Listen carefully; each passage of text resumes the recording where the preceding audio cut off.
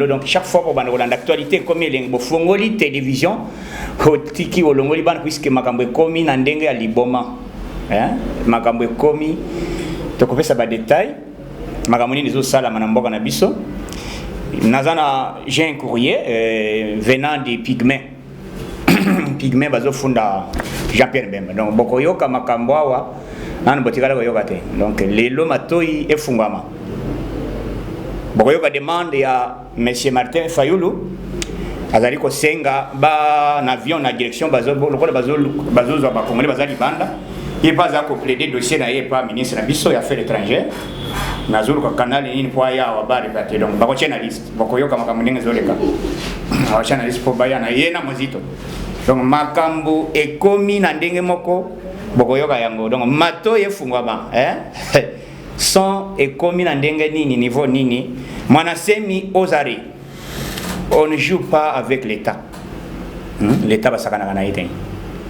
l'état azali na armée l'état azana nyonso d'abord je n'ai jamais vu quelqu'un où défier l'état na monde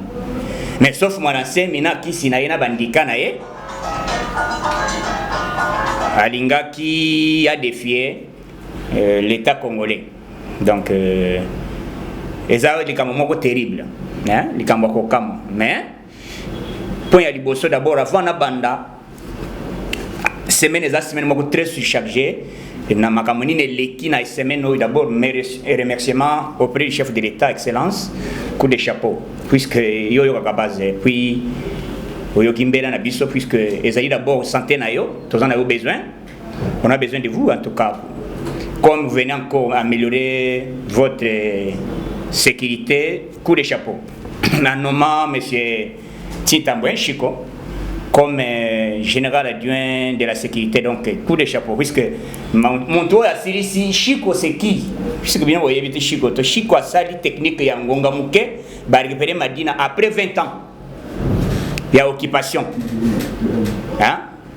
Après 20 ans, il y a occupation. Chico à Koti, a été technique à l'habitude président, après ça, on a une chance. Bon, on a ça là. À Koti Zamba, Babeti Mboumana, 2 minutes, guerre qui politisé à l'époque. Mais guerre on est ici là. Les Loboyoki, Chico Azali nommé chef d'État, chef général adjoint à opération na garde républicain. Et puis, monsieur Christian Kiwewa Azali nommé comme a remplacé monsieur Oya Azalaki wa Ilunga Kapeta. Donc makambu Fatia Sali puisque Batubazolo Fatia Sali stratège akina makambu bangode azota laza technicien en matière politique hein Fati Béton coup de chapeau puisque yoki base et puis etikali niveau nini etikali il faut président au toucher encore au niveau ya force aérienne il faut toucher en et puis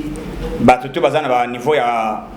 tous les colonels banini donc ba bazali na âge bien il faut pas comme ba péter na pouvoir na yo président ba péter et entre autres bazali les listes où bien ngum konzi et ça la bien na kolobela dossier ba magistrat avant na comme na dossier ba magistrat nazo ebisa bande ya est boy oyebi babundisaka nzambe te muntu abundisa nzambe alonga na mokili azate. Vous savez ce que vous avez fait au niveau de l'Est, Yakozwa innocent, puisqu'il est du Kassai, Bozimoto, Botombie. Nzamba Lebité, ce n'est pas Félix qui va réagir, ou la police, c'est moi-même. Azia Ange Gabriel. Masa Kende Senga Mai. Mai Mata. Maïe Mati, plus de 50 000 maisons. Hein? Il faut demander pardon. Il faut aussi demander pardon. Hein? Puisque bien vous avez innocent. Vous avez reproché le côté. Mais quand même, Azali n'a niveau ni bande pour comprendre. Quand même, directeur du cabinet, la présidence de la République. Il faut bosser la demande déjà. Mais aujourd'hui, tu as un niveau ni. Hein? Au moment où tu as commis, Vital Kamerhe bazali ko reprocher puisque asali détournement des fonds publics. Bokei bozi mutu bozi pine bobomi bozotu botumbiye kanda nzambe mati nzambe mati simai et comme yo ya zela mina koa mai et c'est ça et zande mai est-ce que depuis que les gens sont les températures oui les ali kamba température c'est bon mabatu bongo na est mai c'est mata bongo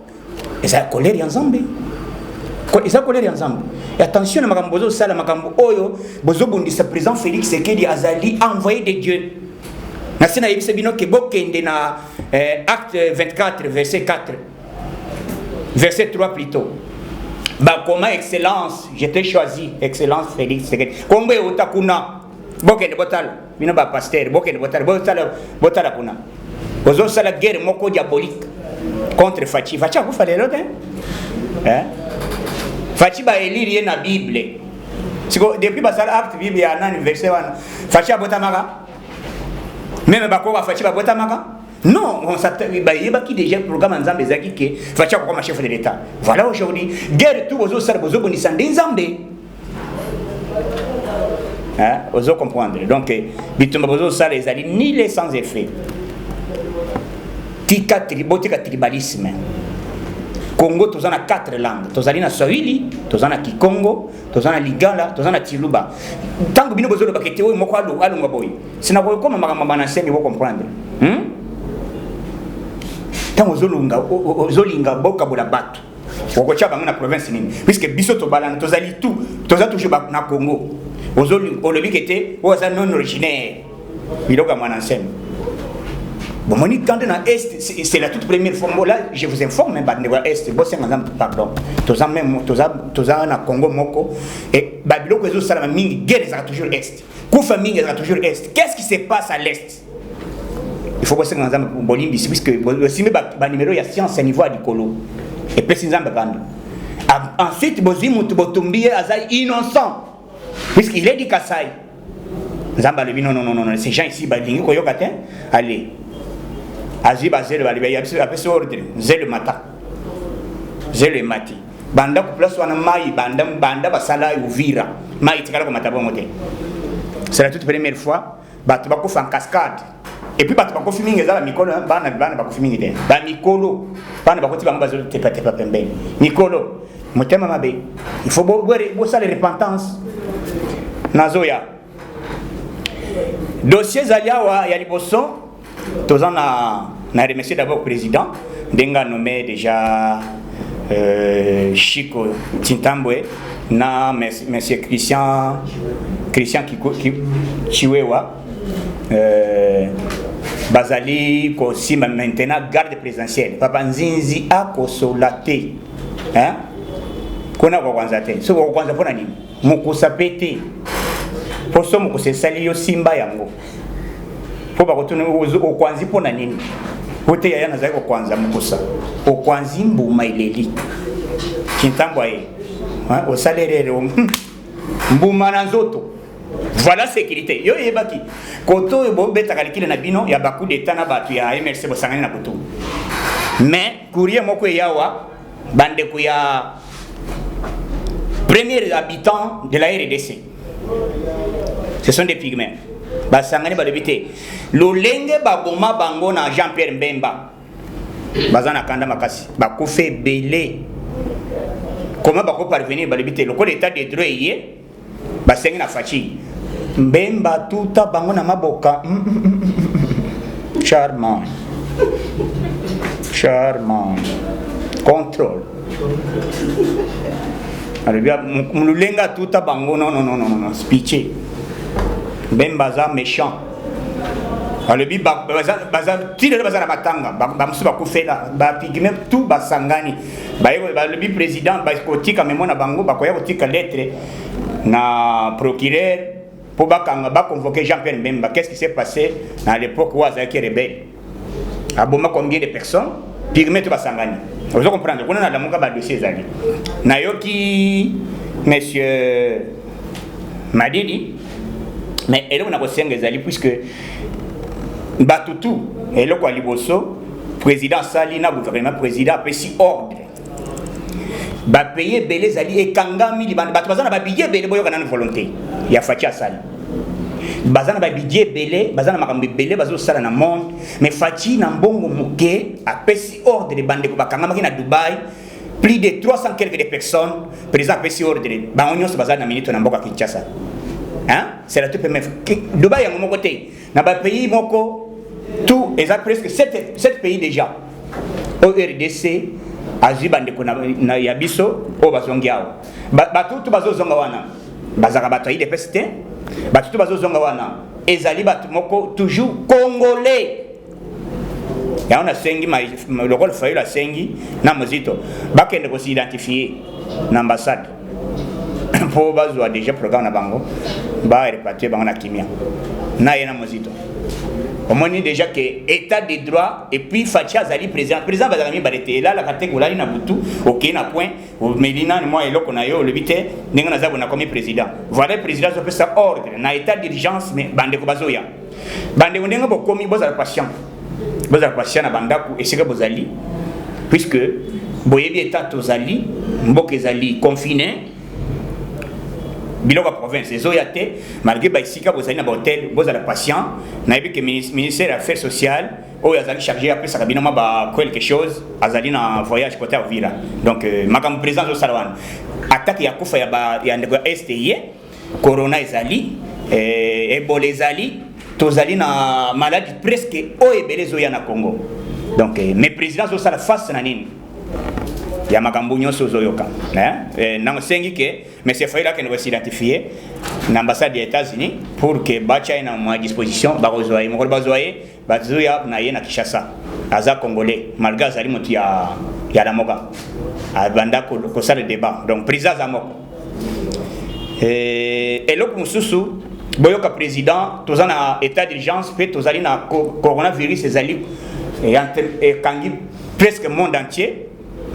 C'était hier et avant-hier, plus de 100 quelques véhicules où ils allaient doter dans la police congolaise. Hein? Papa Mbatou, hein? Plus de 100 quelques. Oui, vous allez déjà. Donc, ils ont déjà, et déjà, ils allaient avoir. Donc, Makamou Fatia Salemouane. Hier, nous avons des dossiers ali et belé, mais nous avons épinglé au moins quelques titres, quelque chose ali très important. Et réaction d'abord, il y a congrès. Avant de commencer le congrès, nous avons combattant que Congo est amoko, les Congolais n'ont pas que tozali na président Zamoko ou azali na souci à population hier à Sangani na ba ambassadeur presque 19 ko sangana ye atuni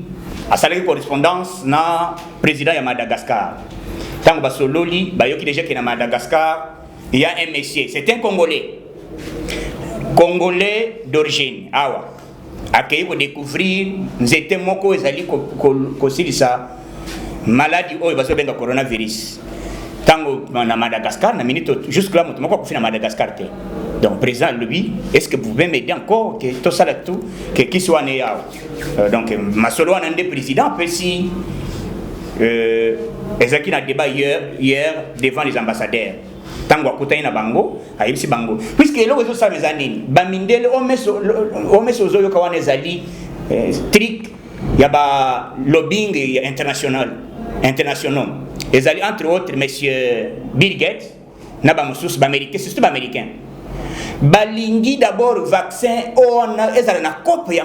compte na bango avant et wana salama attaque biso tozuki siao ba kolinga ko adopter ngote pour il faut pas passer vaccin na compte oyo balingi et le ko se biso passe donc il faut bango donc eza copie na ba mindeli Congolais d'Abisso, oyebi Congolais bazalaka toujours batu oyo bakwambama baza batu ya mayele Congolais wana zalaki bakanga ye c'est un médecin akenda kotanga na France tanga comme na France donc ba sali moyen akoma na Madagascar ba spécier expertise asali yango nde bazui solution à maladie wana donc na niveau maladie oyo tozana na minute oyo tokomi na 400 quelques de 400 cas où ils allaient déjà contaminés mais 45 guéris 49 plutôt, tous a déjà quelques bateaux bazali 200 au bazali en bonne santé au bazo traité donc makambezo sala manambo canabiso président azali ko continuer ko aider population malgré cela président pesa qui ordre de la présidence de la République conseiller moko akendeti na ba Congo on avait amené 25 camions à biloko bazo que les choses kota bande de nani biloko wana ba ko tia yango soki saka loso ezalia on a 25 000 fatia ko tia 5 000 francs. Et ça déjà. Donc, ils ont osé là. Et si ayez bidon ma faute, ce que vous allez à 15 000, on va 700 francs. Donc, et là, vous allez au Yangwana, aux autres président Zoling, la population malgré a décrété état d'urgence, mais Azali aider la population. Et ça, c'est que je Christian Vanga Kenda Osala na nino qui était bakoti ici, un autre rapport du jour, il faut qu'on adopte état d'urgence. Il y a l'évité papa va violer que maman na quartier. Député moko mawa trop donc mawa nako yebisa bino makambo ministère na biso ezali ko sala mais fati tango azokutana kabila bato bazoyeba te puisque na wena no dossier avant na wena no dossier fati na zoyeba kamba kamera depuis quand Vital Kamerhe ozoyo kabande bofonga batoyi Vital Kamerhe lelo balobi azobela homme politique tout son bakangé na Congo a commis kokosa malade mais tous les surpris médecin l'évité oui le gros bela corbi nani ambulance bokende skoba nani procureur a l'évité token tout na soki bon tester soki réellement Vital Kamerhe azobela allez bozoye boyena na mama yembo boya ko traiter bon docteur Paye azo appareil a chauffant bien tant à mesira azotala ti place fièvre des alaka libende des zones ngana tay mais à bouger libende des zones ngana tay si ko tango ke ko tuna lebité et le ko zo sala ezali constipation ba homme politique ce qui va kangiye na Congo donc a senge nini liberté provisoire azité parce que ba ina titre ya malade nde biloko manasemi alinga meka lisusu na mboka manasemi toi tu es un féticheur bakangaka ene nazo yebisa okomona yete féticheur vrai féticheur okomona yete féticheur okoya boyida ndako okomona yete akolimwa mais kisi oyo bazolo manasemi akomi kobengana kisi na maladi na nzete maladi olumba Siko, lobby, quand on parle au nom de Jésus, aujourd'hui on t'arrête. Quand on au nom de Jésus, je t'arrête, monsieur. Mbumelo qui, Baketi, Bakangi Manasem. Batozo condamné, Magam Omani, Bilogwan Manasem, Azosade, Bakotuna Kete, qui si Ozoake Panani, Arwendo Samba. Ozokende ko décréter ko le bakte non originaire ya ba Congo balungwa eza lokola bakangi po na dossier ni un tribal pénalité nango za 10 ans vous comprendre na age azanango na bato atindaki ce n'est pas moi nasemi ezali na main noire oyo etindaki manasemi basala eloko wana désordre et puis moment nini manasemi azosala désordre moment ya fatia décréter état d'urgence ezali lokola ko saboter ordre de la présidence de la République d'où manasemi faut bakanga ye lelo dossier ya Vital Kamerhe ezali na cour na ni parquet à Gombe balongoli yango awa batindi yango kuna na problème nini puisque dossier ya mbongo ya bandako balinga batonga ndeza kina yasuka ba transmettre na grande distance ya Gombe pour ba détailler yango donc kuna nde bakokata ke monsieur Vital Kamerhe azali condamné ou bien akozali libéré mais c'est la pénalité ya Vital Kamerhe azo mérité 20 à 25 ans ya prison kuna banani bakomi ko sala sinaipsa bino que ba mususu ya batu ya INC bazolo batro entre autres mutwana ngana yamba yao chatumba na yamba yao na ibsekete ko banga te parce que ba petit ba ibsekete yo arrête le commission bazola ngai na petit bobe taité mais les lots chatumba a commis koleka na média azo finga IDPS ko limwa ko sala boy IDPS c'était état d'esprit les 24 d'abord histoire na biso ya IDPS ezali date moko historique totaki komore date moko historique événement oyo le 24 Mobutu alelaki ya comprenez mon émotion nansele oyo ezoyoka badekrita d'abord bapesi autorisation na baparti politique ebotama ebele parti wana esalaka moto yango nani Etienne Tshisekedi wa Mulumba oyo lelo bato bakomi kosakana na kombo na ye. Oh mama Martha azobela papa no mama nanda azobela ya biso azobela te oh ti papa mon chauffeur ya fati te papa a fièvre ezaka toujours na IDPS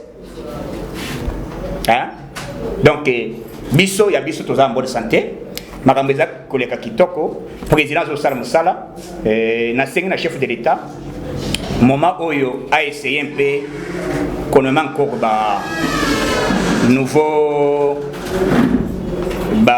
nouveau généraux a changé ma solo puisque tous en a besoin. Président Tokobangate, tous allez soutenir tout na dernière minute. Donc pas d'intimidation. Bande ko FCC pour comprendre que état pour bino bozali koluka ko déranger RDC ngongana bino bosalaki ekoki oye komi état de droit. Ne faut pas c'est beaucoup pousser Fachi à que ne kokota na magambo moko kwezala kate na kotika na ba journaliste ou akoza na question moko mi balé atuna puisque on évolue faut na simbe 4 mandats mais c'est puisque ba congolais bazana ba ignorance faut na simbe 4 mandats yewa na Togo siko historique nini oyo kame nani Joseph Kabila monaki agenda koluka un expert na Togo auti odaye akozi ya biloko ali omoni bachaki tu tena nani auti odaye ba pesa ke ba petit kuna na côté ya ba Kongo abanda kotama na ba petit amiki donc ezali problème ezani soki musunye komi makasi balogela kangombeli soki président nommé mutu moko expert place wana congolais. Dans un contexte mibalé. D'abord, cet homme-là, sur le plan international, a aidé le président Angola, Joao Lourenço. Batu nyonso bazali pembeni bakeyi otu bazalaki yakala o bazali na système ya muyibi bazaki ozares mutu a aidé bango azali mutu wana azali technicien en matière ya détournement des fonds. Azan expertise ya ndenga liboma azoye bateke mbongo ebimaki autant azali na expérience ya makasi président a aidé ye a bengi po aya kopesa nanu idée ya ndenge ni transaction bongo esalamaka so donc ezali na cadre wana et puis azali so ya Washington la voix de l'Amérique yo garçon ces années mais est-ce que c'est pas dans la Mobutu on a dit on a ça ba tout te na zoe bisayo omoni loko ezo sala wana sema ezanini kala bêtise wana zeko sala mote puisque Kabila Kabanga tikala ko autoriser atangonga te pour pas exister mais tant fatia côté liberté d'expression tout mais ndulenge monsieur mwananse mazai ko salela bien sûr soka zaki na droit ko senga mbongo mbelaye ministre ayibse que est-ce que ba futa mbongo na yote akala oui balinga bana de procédure mais yé a commis ko s'imposer et puis étant nini moment nini ba décréter état d'urgence mwananse mi atingi batna balabala wana ko to sa zoto sa l'état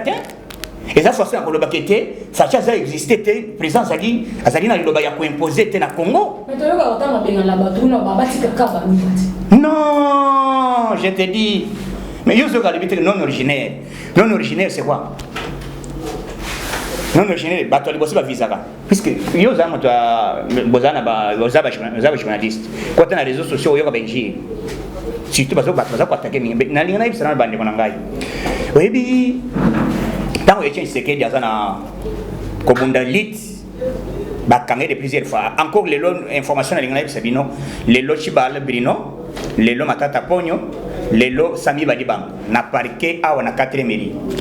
hein les lots bazao ozo que état de droit premier vice-président ya Sénat ba convoqué bon député basé belé monte ba okanga lisusu za Kimbota zana liste a détourné mbongo belé monte afundi officiellement ezali Jatini Ngobila azo kende boloko donc boza la calme Congo bazo sokola batu nano yobate et puis présent participer occasion bien atiki résidence na ezana sele donc vous allez bien les kamonazo yela yo ya mwana semi au moment c'est que du temps bakanga de plusieurs fois bazai ko kangaye bazo kende naye muluba mokote akende ko sala teki wo to sala bo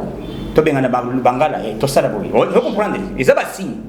voyez ba était un vrai compatriote à salaka biloko ya teki kokota tribalisme puisque Tshisekedi azaï pour alobaki les peuples d'abord non que les baluba ou non les basawili ou les bangal mais eloko wana ezalaka symptôme moko ya ténèbres ezalaka surtout moto akotisi yango po azana makasi ya kosala ba marche te azana makasi te akotisa haine wana ezalaka terrible bon wana ezalaka guerre moko ethnique d'où eloko wana président akoki kondima te ke malgré makambo ya revendication ya monsieur Mwanasemi tango azokende koloba non originaire il a déclaré tout officiellement originaire wana baloba bazakuna bangala bazakuna basawili bazakuna mais okomona bato bako attaquer mine ce sont des baloba babi Mwanasemi bini mikolo nyoso to sali ba libéré belé car tant on ba ki no ba libéré kabila kamere ndio ba moni ki no ba tindi police ya karaye mais nazo biso madame yo zaliawa oza journaliste Mwanasemi plan na yeza lakini bato o bakoteli sima na ye ezaki posa bameka facha zali omone exemple muke Lyon yo yena loboko lebite est-ce que mino ezali to ezati eloko Mwanasemi asali ayena mino ayena loboko achena monoko ya Lyon ayoka soki mi azaka na mino pe akei kotuna mozindo ya océan nde Mwanasemi asali heureusement nalobaki awa kete Mwanasemi bakokanga yesera ozali aujourd'hui banamokama te mbaki clé tango chibala za kisi chibala pe bafundi na dossier nini bino chibala bafundi afuti ba membre ya bureau na été ba membre ya bureau balobite mbongo chibala la biso apesi biso ya mote chibala pa za ko justifier akeno ko ba détail kuna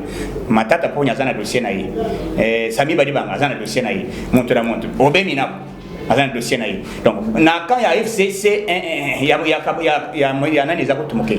donc likambu ya Vital Kamerhe zani il faudrait appeler ça puisque yende azali cordon ya 100 jours président petit titre qu'azali cordon ya misala ya 100 jours ya chef de l'état c'est celui qui coordonnait tout azali ko coordonner azoleka partout mais aujourd'hui soki bakogenda kangana faut pas tout negete mbongo pesa kana yenda zana ba détail nyonso donc soki mbongo elimwe ebungi ezate moto bakondene za Vital Kamerhe soyez patient Vital Kamerhe zana na bakuti transaction na mbongo esalamaki ekendaki Suède 280 millions de dollars